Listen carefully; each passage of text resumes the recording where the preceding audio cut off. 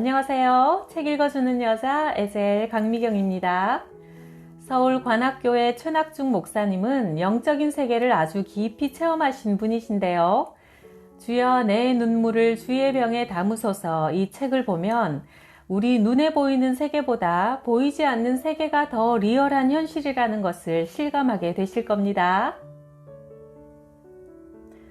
술에 찌들어 사셨던 아버지는 복음 받아들이기를 거부하셨다. 나는 술 없는 세상은 살 수 없다. 그리고 종갓집 장손으로 제사를 지내야 하는데 어떻게 교회를 다닐 수 있겠냐? 술을 잔뜩 마신 아버지는 철도 한가운데서 달려오는 기차를 향해 서 계신 일도 몇 차례였다. 나를 죽여라! 나를 죽여! 급히 기차를 세운 기관사의 멱살을 붙잡고 아버지는 소리치셨다. 우리 가족에게는 술이 원수였다. 나는 술 마시는 아버지가 너무나 미웠다. 군대를 다녀왔지만 아버지는 여전히 술독에 빠져 계셨다. 어느 날 어머니께서 나를 보자 한숨을 내쉬셨다. 아버지가 돌아오는 수요일이 할머니 제사니 제사 준비를 하라고 하시는구나. 예수 믿는 내가 제사 준비를 하려니 너무 속상하다. 어머니는 푸념 섞인 말씀을 하시고 부엌으로 나가셨다. 나는 안방 벽 쪽에 창호지를 발라 잘 모셔놓은 위패 앞으로 갔다. 너무 오랜 세월 그 자리를 지키고 있어 창호지에는 파리똥 자국이 얼룩져 있었다. 창호지를 들추니 정성스럽게 잘 모셔진 위패가 나타났다. 나는 위패를 끄집어내어 갈기갈기 찢어서 흘러가는 시냇물에 버렸다. 그 길로 기도원에 올라가 3일 동안 금식하며 밤낮 부르짖었다. 하나님, 우리 가족을 구원해 주십시오. 3일째 되는 날 무릎 꿇고 간절히 기도하는 중에 하나님 말씀이 생각났다. 이사야 41장 10절 말씀이었다. 두려워 말라, 내가 너와 함께 함이니라. 참으로 나의 의로운 오른손으로 너를 붙들리라. 마음이 뜨거워졌다. 그래, 하나님께서 나를 도와주실 것이다. 그날 해질 무렵 나는 산을 내려와 곧장 교회로 갔다. 전도사님, 저희 집에 가셔서 추도 예배를 좀 인도해 주십시오. 전도사님과 나는 무릎을 꿇고 간절히 기도한 후 밤 10시가 넘어 교인 7분과 함께 집에 도착하니 마루, 마당 할 것 없이 불신자인 친척들이 자리 잡고 있었다. 방 안에서는 하얀 두루마기를 입은 아버지가 제사상에 음식을 놓고 계셨다. 얼굴을 보니 술을 드시고 취한 상태였고 아버지 앞에는 과일을 깎기 위한 과도가 있었다. 나는 그 칼을 보는 순간 눈앞이 아찔했다. 아버지가 위패가 없어진 것을 알게 된다면 나를 저 칼로 하나님 저를 도와주십시오. 대문을 들어설 때의 담대함은 어디로 가고 다리가 떨려왔다. 이제 절을 해야 하니 남자들은 모두 방으로 들어오너라. 아버지의 명령이 떨어지자 남자들은 방으로 들어가 항렬 순서로 섰다. 나는 전도사님과 마루에 서 있었다. 아버지는 벽 쪽으로 가서 위패를 덮은 창호지를 들추셨다. 아니, 위패가 어디 갔느냐? 아버지는 얼굴이 새파랗게 질린 채 소리치셨고 나를 바라보는 아버지의 눈에는 살기가 가득했다. 아니, 이놈이? 아버지의 눈은 칼로 향했다. 순간 내가 주여! 큰 소리로 외치는 순간 내 두 손에 강한 힘이 느껴졌다. 나는 재빨리 아버지의 어깨를 잡고 외쳤다. 아버지, 앉으세요. 아버지는 그 자리에 털썩 주저앉으시더니 온몸을 사시나무 떨듯 떨면서 정신을 잃고 쿵 쓰러지셨다. 아니, 큰아버지 정신 차리세요. 친척들이 몰려들어 팔다리를 주무르고 난리였다. 자, 예배드리겠습니다. 전도사님의 힘있는 소리가 들리자 일순간 소란하던 방 안이 조용해졌다. 나는 그때 불신자들이 하나님 사람의 영권에 눌리는 것을 보았다. 토속신앙에 깊이 빠져있던 그들이 한마디도 하지 못한 채 예배드리는 우리를 정신나간 사람들처럼 그저 멍하니 바라보고 있었다. 아멘! 예배를 마치는 순간 아버지가 눈을 번쩍 뜨셨다. 온몸에 힘이 다 빠진 채 가느다란 목소리로 주위를 둘러보시며 물으셨다. 아까 나를 죽이려고 달려들었던 그 사람은 어딨니? 누가 아버지를 죽이려고 했어요? 내가 너에게 가려고 할 때 키가 9척이나 되고 흰옷을 입고 얼굴에 광채 나는 사람이 큰 칼을 들고 내게 달려오더구나. 너무 무서워서 정신을 잃었어. 아버지는 아직도 두려움이 가시지 않은 얼굴로 말씀하셨다. 오, 하나님 감사합니다. 천사장을 보내주셨군요. 나는 속으로 생각하고 아버지께 차근차근 설명해 드렸다. 아버지, 그분은 하나님이 보내신 천사장이셨던 것 같아요. 하나님의 뜻을 거역하는 자를 찾아가서 심판하는 천사지요. 내 이야기를 들으신 아버지가 다시 두려워 몸을 떠시자 사람들이 웅성거리기 시작했다. 정말 하나님이 있나 봐. 참 이상한 일도 다 있지. 친척들은 무섭다며 하나둘 서둘러 그 자리를 떠났다. 아버지는 그날 밤 하나님이 살아계심을 알게 되셨다. 앉으나 서나 환상 중에 나타난 그분의 얼굴이 떠오른다고 하셨다. 아버지, 두려워하지 마시고 하나님을 믿으세요. 천사는 믿는 자들은 오히려 지키고 보호해 준답니다. 그날 밤 아버지는 예수님을 영접하셨다. 다메섹으로 가는 길에서 사울을 부르신 것처럼 하나님은 할머니 제삿날 밤에 우리 아버지를 만나 주신 것이다. 그 후 우상 숭배로 찌들었던 우리 가정은 마귀의 올무에서 자유함을 얻어 모든 제사를 추도 예배로 드리게 되는 놀라운 역사가 일어났다. 서울 봉천동 가난한 동네에 교회를 개척하니 교인 숫자는 나날이 늘어갔지만 맞벌이 부부가 많아 교회 일꾼은 턱없이 부족했다. 하나님, 좋은 일꾼, 큰 일꾼, 많이 배우고 재능 있는 일꾼을 보내주십시오. 나는 늘 이렇게 기도했다. 그러던 어느 주일 멋있어 보이는 집사 부부가 우리 교회에 등록했다. 남편 되는 정 집사님은 중앙정보부에 근무한다고 했다. 하나님께서 우리 교회에 좋은 일꾼을 보내주셨구나. 나는 너무 기뻤다. 찬송을 참 잘하시는데 정 집사님은 성가대장과 함께 지휘도 맡아주시고 이 집사님은 피아노 반주와 함께 구역장으로 일해주십시오. 나는 그들에게 중요한 직분을 맡겼다. 그런데 2개월쯤 지났을까 주일 오후에 어떤 집사에게서 전화가 걸려왔다. 목사님, 오늘 점심시간에 우리 교회 집사들이 정 집산에 모였는데요. 그분이 하는 말이 우리 교회와 목사님이 하시는 모든 일이 다 잘못됐대요. 오늘 밤 예배 후 남자 집사들 3분이 수습대책위원으로 목사님을 찾아뵙기로 했으니 그리 아세요. 나중에 안 사실이었다. 어제 토요일 오후에 정 집사가 20여 명의 재직 회원들에게 전화를 걸어 내일이 자기 아들 도린이 점심 식사를 함께 하자고 연락을 했다는 것이다. 모두들 목사님께서 축하 예배를 드리고 다 함께 식사하는 것으로 생각하고 모였단다. 그런데 정 집사가 일부러 목사를 따돌리고 집사들만 모이게 한 후 교회와 목사에 대해 2시간 동안 비판을 했다고 한다. 목사가 너무 독재를 합니다. 교회의 주인은 재직 회원이지 목사가 아닙니다. 목사는 머슴에 불과한 거예요. 그러니 교회의 주인이 되는 우리가 목사의 버릇을 고쳐야 합니다. 저녁 예배 후 수습대책위원이라는 집사 셋이 사택에 들어섰다. 정 집사가 김 집사와 강 집사를 대동하고 나타난 것이다. 그들을 대표해서 정 집사가 입을 열었다. 목사님만 교회를 사랑하는 게 아니라 우리도 교회를 사랑하기 때문에 몇 가지 잘못된 일을 지적하고 시정을 요구하러 왔습니다. 무슨 일입니까? 말씀해 보십시오. 정 집사는 미리 적어온 쪽지를 내밀며 내게 조목조목 따지기 시작했다. 첫째, 부흥 강사를 모셔올 때 왜 재직회의 동의를 묻지 않습니까?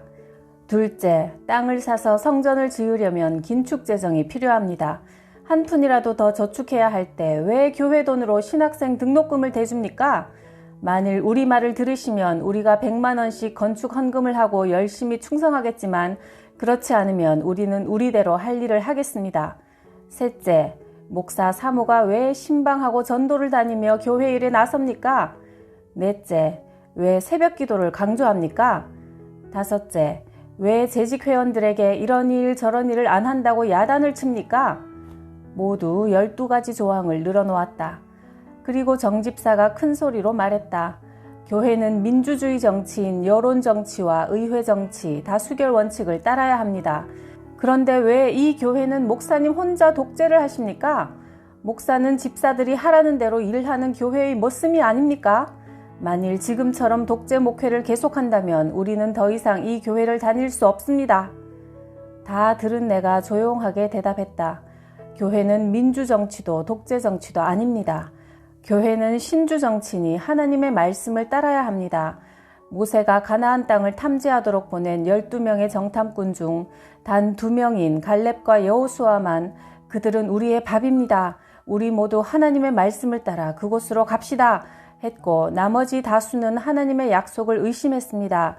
그러므로 교회 정치는 다수의 의견을 따라 결정되기보다 하나님의 말씀을 따르는 것입니다. 그러자 정집사는 그런 일은 구약시대나 있는 일이지 오늘날 교회에는 해당되지 않는다고 했다. 그렇다면 신약 성경에 나오는 이야기를 하나 더 해드리겠습니다. 예수님 당시 유대 총독 빌라도는 바라바를 놓아주고 예수를 십자가에 못 박으라는 군중을 기쁘게 하여 자기 정치 생명을 유지하기 위해 예수님을 사형에 처했습니다. 그는 다수를 기쁘게 하기 위해 하나님이 주시는 양심의 소리를 외면한 사람이었고 결국 망하게 되었습니다. 세상 사람들이 정한 제도로 하나님의 교회를 다스리는 것은 합당하지 않습니다. 그러니 제가 성경적으로 잘못한 일이 있으면 그 일에 대해 말해 주십시오. 그러면 시정하고 듣겠습니다. 또한 독재란 총칼을 앞세워 위협하여 말을 안 들으면 숙청해버리는 정치인데 언제 제가 그런 일을 했습니까? 대답을 찾지 못한 그들은 벌떡 일어났다. 알았습니다. 마음대로 해보십시오.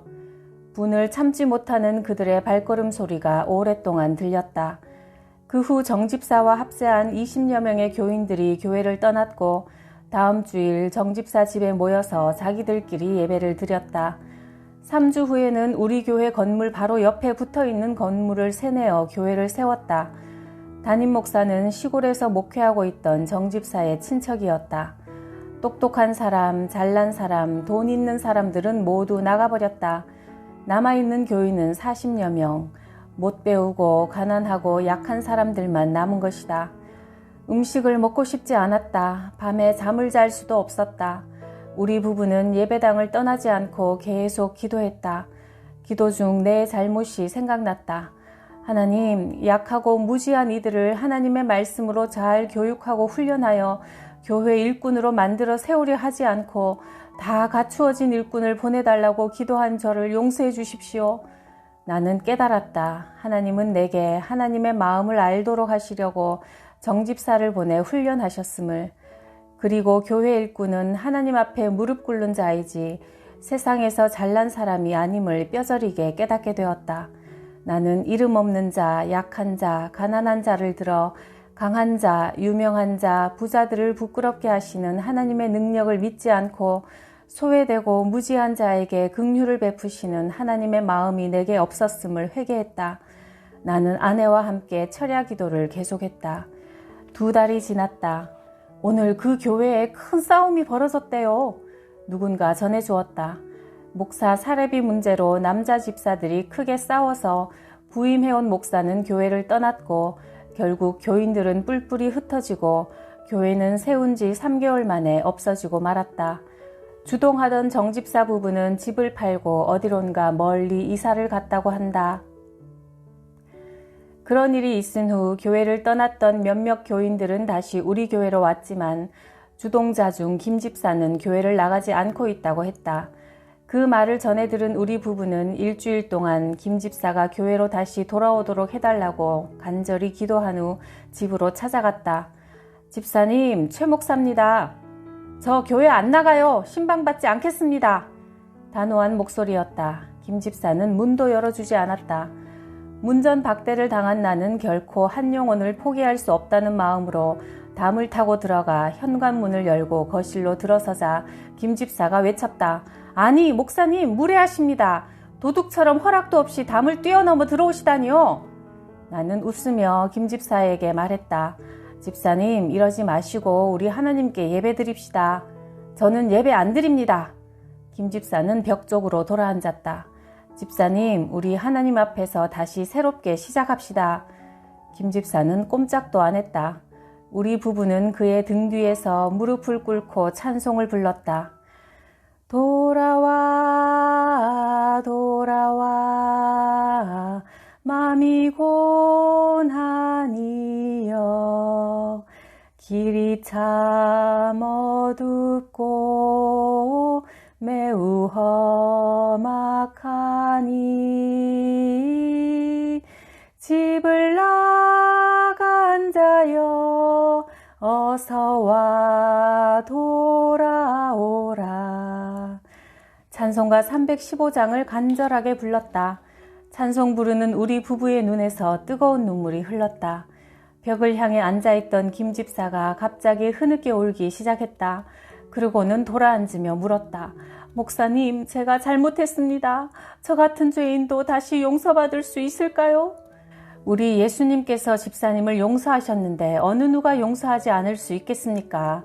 이제 다시 교회로 돌아오십시오. 목사님, 부족한 저를 위해 기도해 주세요. 제가 집사님을 위해 열심히 기도하겠습니다. 집사님도 열심히 기도하십시오. 우리 부부는 김 집사의 배웅을 받으며 기쁜 마음으로 대문을 나섰다. 그 다음 주일에 김 집사가 교회에 나왔다. 그리고 그는 땅 10평을 살 수 있는 돈과 함께 2채의 집문서를 하나님 앞에 내어놓았다. 김 집사는 내 신방을 받은 후 3일 동안 금식하며 기도했고 성령의 감동을 받아 성전 대지 구입을 위한 건축 헌금을 작정했다고 했다. 그때가 1979년 7월이었고 당시 봉천동의 땅값은 한 평에 80만 원 정도였다. 김 집사님의 헌금과 집문서는 교회 건축을 위한 거룩한 불씨가 되어 성도들이 힘을 모아 정성껏 헌금하여 그해 8월에 135평을 구입하게 되었다. 나는 하나님을 사랑하는 자들에게는 화가 변하여 복이 되도록 합력해서 선을 이루시는 하나님을 체험하게 되었다. 충남 삽교천 부근 권관교회에서 부흥회를 인도할 때다. 낮 집회를 마친 후 그 근처에서 목회하고 있던 윤 목사님이 집회에 참석하여 점심 식사를 같이 하면서 농촌교회의 어려운 사정을 듣게 되었다. 목사님, 성도들은 몇 분이나 됩니까? 20여 명입니다. 그러면 생계가 어렵겠네요. 교인이 낸 헌금으로는 생활이 어렵지요. 한 달에 10만 원도 안 되니까요. 그러면 어떻게 사십니까? 우리 농촌교회 목회자들은 부업을 합니다. 어떤 목사님은 벌을 키우는 양봉으로 생활하고요. 어떤 목사님들은 개나 돼지도 키우고 양계하는 분도 있지요. 그럼 목사님은 무슨 짐승을 키우십니까? 저는 토끼를 200마리 키웁니다. 나는 그 목사님의 말을 들으면서 목사님의 하루 일과를 생각해 보았다. 새벽 기도 시간에 하나님께 무슨 기도를 드릴까? 아침 식사 후에는 무슨 일을 할까? 교인은 20명 뿐인데 토끼는 200마리나 되니 교인에게 힘과 정성을 쏟는 시간보다 토끼 키우는데 더 많은 시간과 마음을 쓸 것이 뻔한 일이라고 생각되었다. 하나님 아버지, 지금 새끼 벤 어미 토끼가 30마리인데 순산하게 해주옵소서. 아마 새벽 기도 시간에 이런 기도를 하지 않을까? 아침에는 토끼장 청소하기 바쁘고 낮에는 교인 신방이나 불신자 전도하는 일보다 토끼 풀 뜯으러 다니고 토끼를 시장에 내다 팔아 돈벌이 하는 일로 바쁠 게 뻔했다. 그렇다면 윤 목사는 사람을 위한 목사라기보다 토끼를 위한 토끼 목사다. 이래서는 안 된다고 생각되었다. 농어촌 목회가 어렵기에 그 어려움을 극복하려고 목사가 부업으로 짐승을 키우는 것이 과연 지혜로운 일일까? 아니다. 토끼를 위해 바치는 시간과 힘을 교인을 위해 써야 하고 예수 믿지 않는 사람들을 전도하는 데 써야 한다.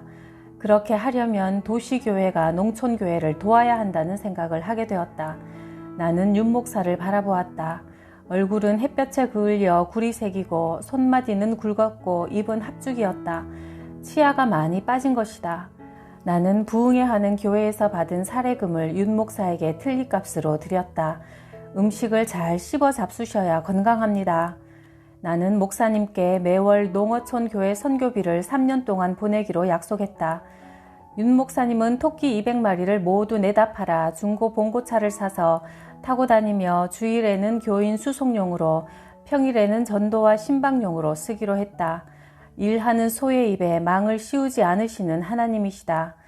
기도하는 일과 말씀 전하는 일만이 길을 잃고 방황하는 인생들을 구원의 길, 복된 길, 영생의 길로 인도할 수 있다고 믿는다.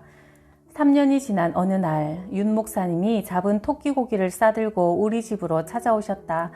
그리고 토끼를 모두 팔아 봉고차를 사서 전도하고 신방하는 일에 힘을 쏟았더니 지금은 교인이 40명으로 늘어났다고 기뻐하셨다.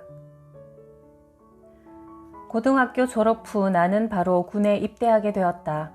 전방에서 근무한 지 한 달쯤 되는 날 참을 수 없는 속쓰림의 고통으로 병원에 후송되어 왔는데 십이지장 궤양이라고 했다. 몇 주간 입원하면 나을 수 있다는 의사의 말과는 달리 하루하루 내 병세는 악화되어 갔고 20여일쯤 지나자 급성 늑막염 진단이 내려졌다. 그리고 곧 폐결핵으로 이어졌다. 병원 생활은 2개월로 접어들었고 이번엔 설사와 구토를 동반한 장염을 앓게 되었다. 최낙중 씨는 병세가 자꾸 나빠지고 있어요. 간도 나빠졌고 신장도 좋지 않군요. 병원 생활 1년째에 접어드는 내게 군의관은 8가지 합병증이 왔노라고 했다. 왜 나에게 이런 일이 일어난 걸까? 왜 이리도 병이 낫지 않을까? 8가지 병을 앓고 있는 내게 처방되는 약은 다른 사람의 서너 배가 되었다. 그날도 저녁을 먹고 병원에서 준 약을 차례로 먹고 나서 쓰러졌다. 간호장교가 말했다. 약물 중독이에요. 많이 힘드시겠어요. 의사들에게 나는 골치 아픈 환자였다. 어떤 약을 써도 진전이 없고 계속 새로운 병이 생겨났기 때문이다. 그들에게 나는 연구 대상이 되었다. 지옥 같은 고통 속에 하나님을 만나보고자 매일매일 성경 읽기와 기도로 지냈지만 36일이 지나도록 내게는 육신의 병 치료도 마음의 상처 치유도 일어나지 않았다. 심한 불면증으로 고생하던 나는 그날도 잠을 이루지 못한 채 다가올 앞일에 대한 절망감으로 뒤척이고 있었다. 그런데 그때 갑자기 내 앞에 거대한 물체가 나타났다. 몸집은 2m나 될 듯 거대했고 얼굴은 험상궂고 사나웠다. 떡 벌어진 어깨, 두 팔 그리고 커다란 손은 우악스러웠다. 그리고 그가 눈 깜짝할 사이 내게 달려들더니 목을 짓누르기 시작했다. 마귀구나. 비몽사몽 흐려지는 정신 속에서도 나는 이것이 말로만 듣던 마귀라고 직감할 수 있었다. 예수님, 예수님! 마귀를 만났으니 예수님의 이름을 불러야 하겠는데 머릿속에서만 맴돌 뿐 도무지 예수님의 이름이 입으로 터져 나오지 않았다. 마귀는 점점 더 내 목을 조여왔다. 구척 거구가 눌러대는 소나기에서 빠져나올 재간이 없었다. 숨통이 막히고 사지가 떨려서 곧 죽을 것 같았다. 예수님! 예수님!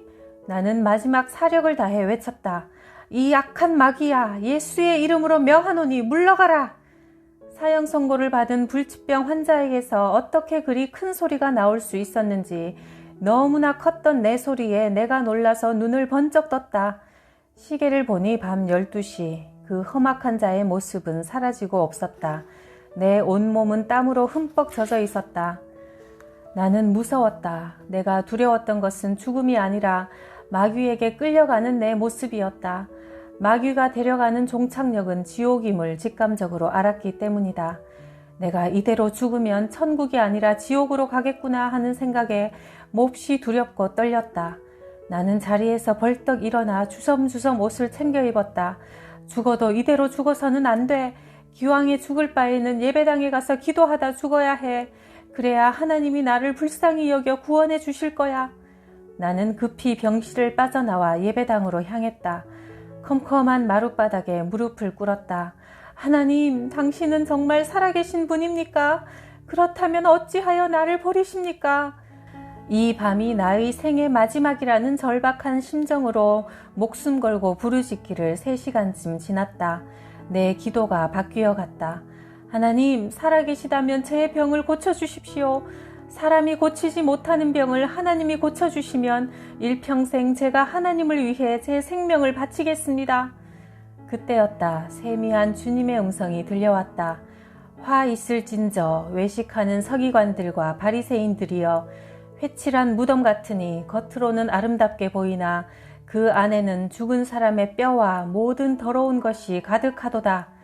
마태복음 23장 27절 28절에 그날 낮에 내가 읽었던 성경 말씀이었다. 낮에 나는 이 말씀을 읽으며 예수님 당시 바리새파 사람들이 겉으로는 열심히 하나님을 믿어 많은 사람들로부터 믿음 좋다고 칭찬을 받았지만 실상은 겉포장만 근사할 뿐 거짓 교인이구나 라고 생각하고 넘어갔다. 그런데 그날 밤 주님의 음성 속에서 외식하던 바리새인이 바로 나 자신임을 깨닫게 되었다. 맞아, 바로 내가 바리새인이었구나. 그 순간 내 눈에서 눈물이 핑 돌더니 눈물 콧물이 줄줄 쏟아지며 내 머릿속에는 그동안 내가 저지른 바리새인 짓들이 하나둘 떠올랐다.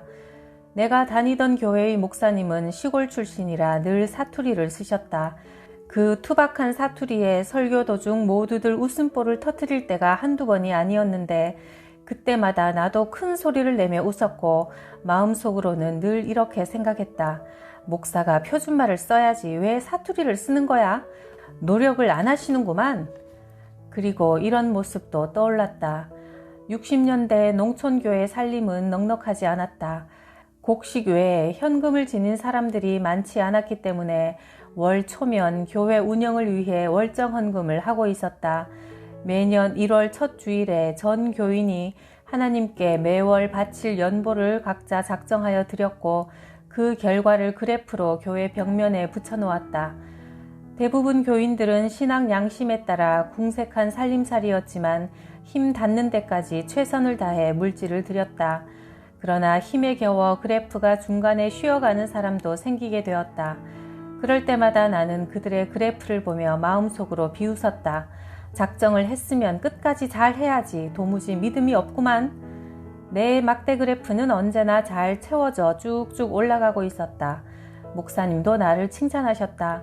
최낙중 선생님은 젊은 분이 참 믿음이 좋아. 아유 뭘요. 하나님께서 주신 것을 드리는 것뿐인데요.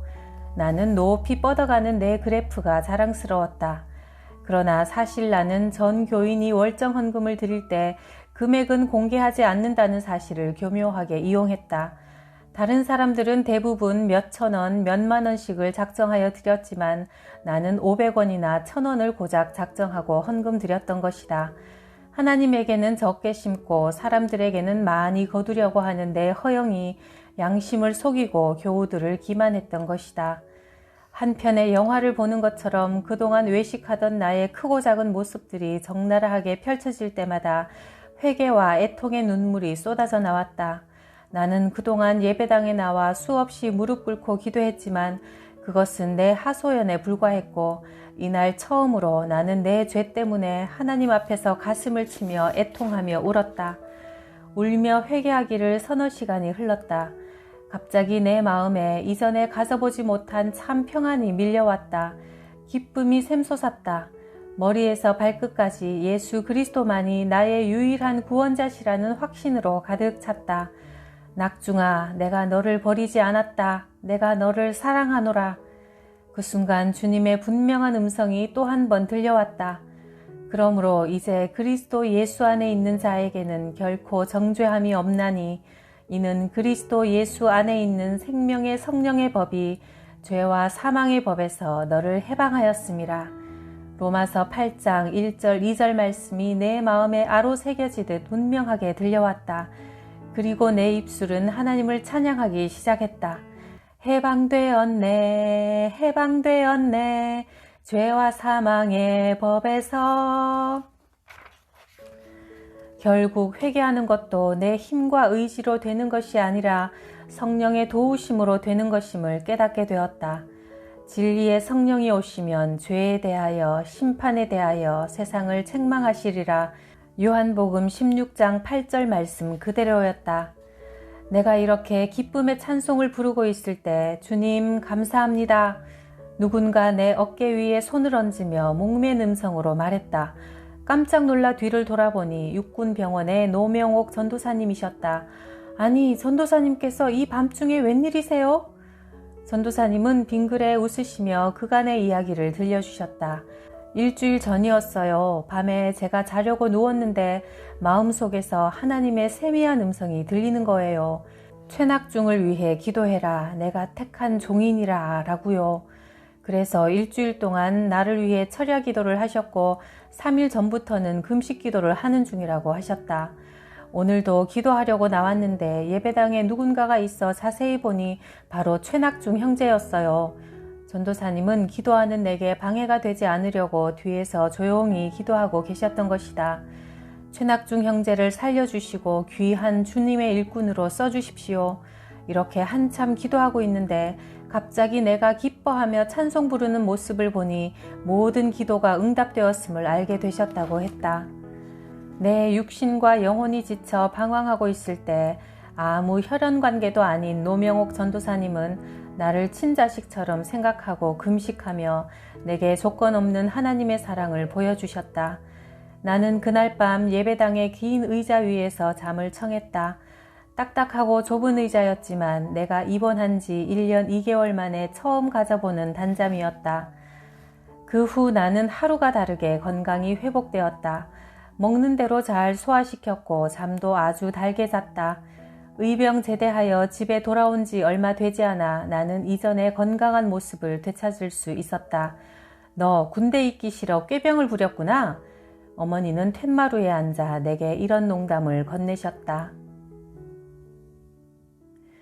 찢어지게 가난하게 살던 어린 시절 9 식구의 생계를 위해 일을 해야 하기 때문에 나는 중학교에 진학할 수 없었다. 그날도 일찍 지게를 둘러매고 나무를 하러 산으로 가기 위해 집을 나섰는데 검정색 교복과 모자를 눌러 쓴 친구들의 모습이 보였다. 나도 공부하고 싶다. 나는 왜 이렇게 살아야 할까? 그 당시 나는 우연하게 염세주의 철학자 쇼펜하우어의 죽음의 철학이라는 책을 읽게 되었다. 그래, 태어난 것도 불행이고 사는 것도 고통이라면 빨리 죽는 것이 행복이겠지? 어린 나이에 현실은 너무나 암담했고 나는 죽고 싶었다. 섬진강에 몸을 내던지고 싶었다. 아니, 폭포에 가서 떨어져 죽을까? 내 머릿속에 언제나 떠나지 않는 것은 바로 죽음이었다. 그날도 나무짐을 지고 집으로 가던 길에 잠시 쉬고 있을 때였다. 땡그랑 땡그랑 강 건너편 신월리 교회에서 들려오는 종소리가 나를 부르는 것 같았다. 낙중아 죽지 마라. 천국과 지옥이 있단다. 은은하게 울려 퍼지는 종소리 속에는 또 다른 음성이 들어있었다. 철저한 토속신앙의 집안에서 자란 나는 그때까지 한 번도 교회에 가본 적이 없었다.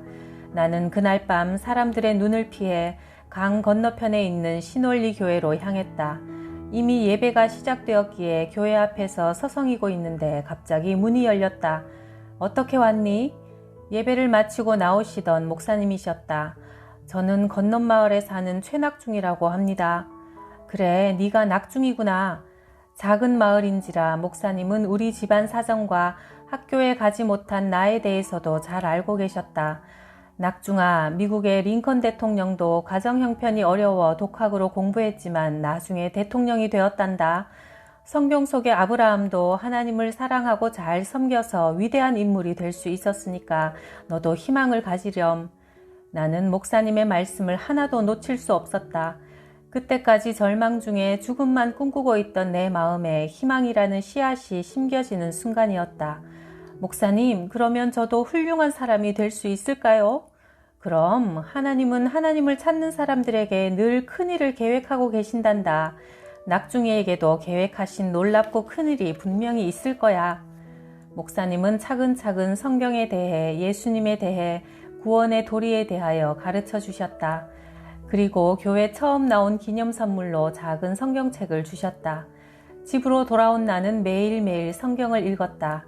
어느 날 나는 성경을 읽다가 하나님께서 구원하시기로 작정한 사람은 어떤 방법으로라도 구원하시고야 마는 하나님의 적극적인 사랑을 깨닫게 되었다.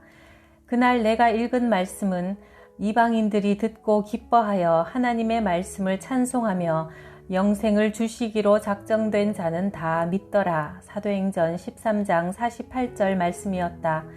나는 열심히 공부하기로 마음먹었다.